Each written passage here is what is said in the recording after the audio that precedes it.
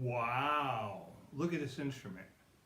This is the Gary Willis GWB 20th Anniversary Signature Ibanez fretless 5-string bass. Awesomeness to the next level even.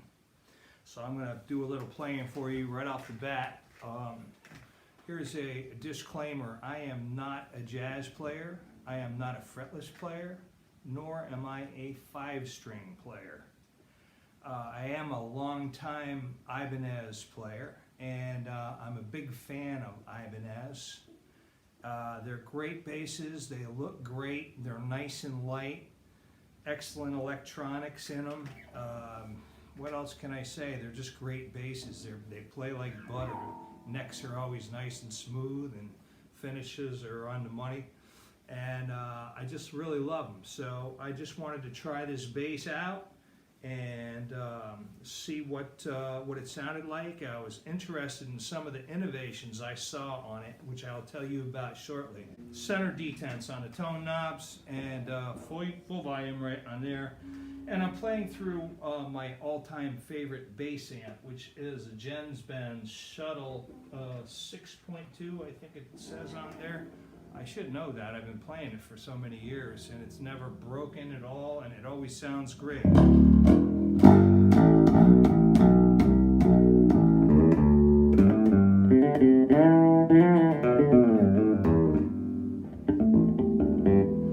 Love it. Anyway, this bass sounds great.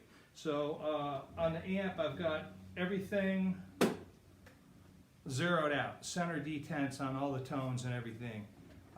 Just so we're not coloring the sound of the bass. And this is at your center detents, like I said, so we're not adding anything yet. But first I wanted to tell you about some of the features of it. My favorite feature, I think, is these tuning adjusters, the tuning machines that Gary came up with. Rather than just flat things, with the flat ones, you kind of got to reach around to where they're at. These are kind of like tri-shaped. So what you'll notice is no matter what position they are in, it's easy for you to get your fingers around it. You don't have to go tweaking your arm around at all, and you can grab onto it. And they're Godot tuners, so they're excellent quality if you're familiar with Godot. So that's what I like about these tuning machines. Also, if you put them in your case, you're going to a gig or something or whatever, and they're not going to throw the bass out of tune. Very unlikely, because of the way they sit in there. They're not going to move much, if at all. Probably not at all. The second thing you'll notice is on here, this is called the Willis ramp. Gary came up with it. As far as anybody knows, he was the first one to do that, and he had this one made very innovatively, I should say. First of all, it's a beautiful piece of wood, and it's got the same finish as the Sunburst body here. But you'll see the neck is cut on an angle, if you can see that, and the ramp is made to match up to that and to the pickup. So the whole point of that is, so when you're playing, like if I was to play a regular bass, that would be, I'd have all that room. And you can get your fingers way under the strings, and that's just not a real efficient way to play. So when you're on the ramp, you're only going to be able to dip down on the strings a little bit. It's just a more efficient way of playing. Another thing you can do isn't really useful, but if you can see, I'm trying to get the bass up high enough so you can see, but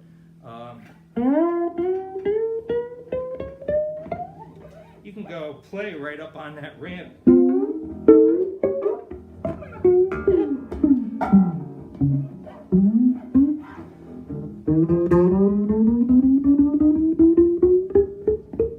Which is, I don't know, you might throw that in something goofy in a song or something, who knows.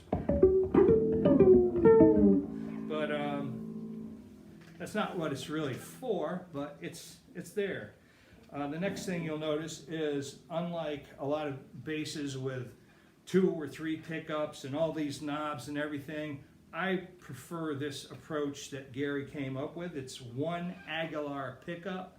I think it's called an ODP 3 or something like that. Electronics in there, so it's an active bass. And this one has a 9-volt on the back, easy access, and it sounds great.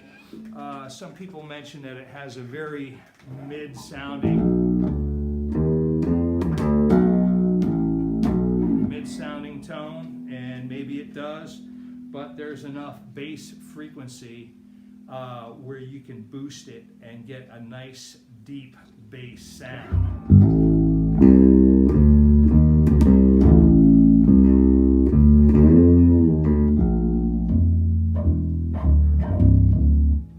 So that's good. That's a plus or minus, I believe it's 18 dB on the bass and the treble. And that's great. What else can I tell you about this now? The neck is, I guess it's Gary's preferred shape. I don't know. I know how they gauge it, but I don't know which one, what size this is. But it's beautiful, smooth, and just like the finish on the body, it's smooth. There's no polyurethane on there. It'll get your hands caught up where when you got just the stain on there, just so easy. Your hand slides up, it feels nice, it's easy to play. Getting back to the electronics, it's got the 1 volume, the stack pot, so it's bass and treble. That's it. Simple. I love it. Nice solid bridge, basic bridge, black chrome, I believe it is, and it's got double strap hooks on the back, strap pegs or whatever you call them, on the back. So if you're not plugged in, I wouldn't recommend just standing it up on its own while you got your guitar cord plugged in. But if you're not plugged in, you can just stand it up and it'll stand on its own. And you know, it's nice to just be able to do that. And I guess you could use either strap hook on this side. I haven't even put a strap on it yet, so anyway.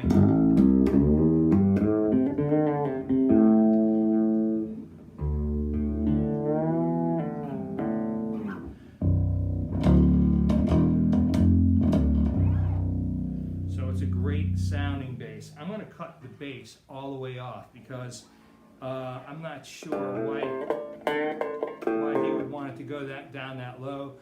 Maybe he's got a use for that, but it almost gives it like a hi-fi radio, or I should say lo-fi radio type of sound, like an AM radio or something.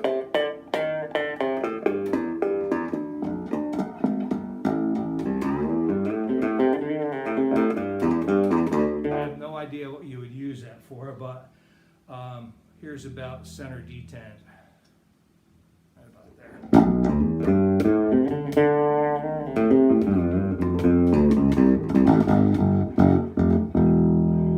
So that's a good sound, but if you want a more aggressive bass sound, you crank it up. It goes up, man.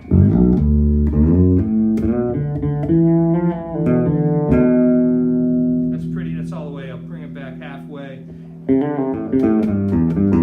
Now we'll cut the treble all the way off.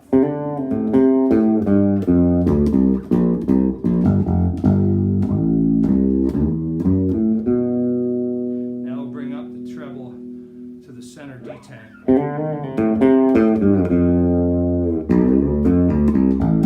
Now we'll bring it all the way up.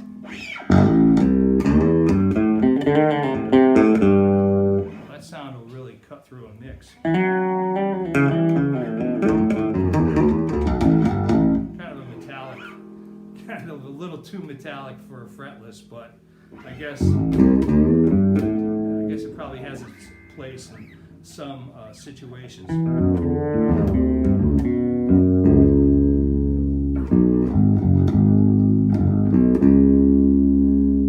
Okay, so that's center D10. I like it a little bit on the deep side.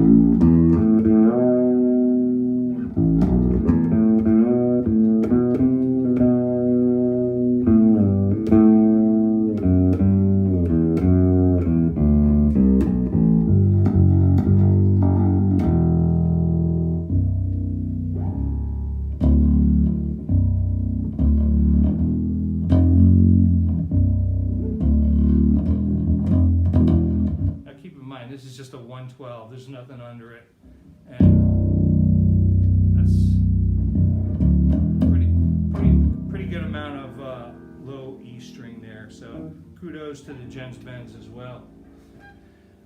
That's about it. I can't think of anything else. Man, there's just so many nice features on this. The fact that it's a light base. The action is great.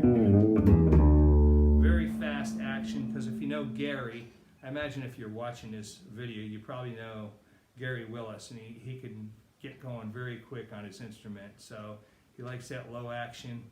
And anyway, that's it. Hope you liked it. Go ahead and like my video if you did like it, and I appreciate it. If you would subscribe, that helps me. Okay, thank you very much for watching, and adios.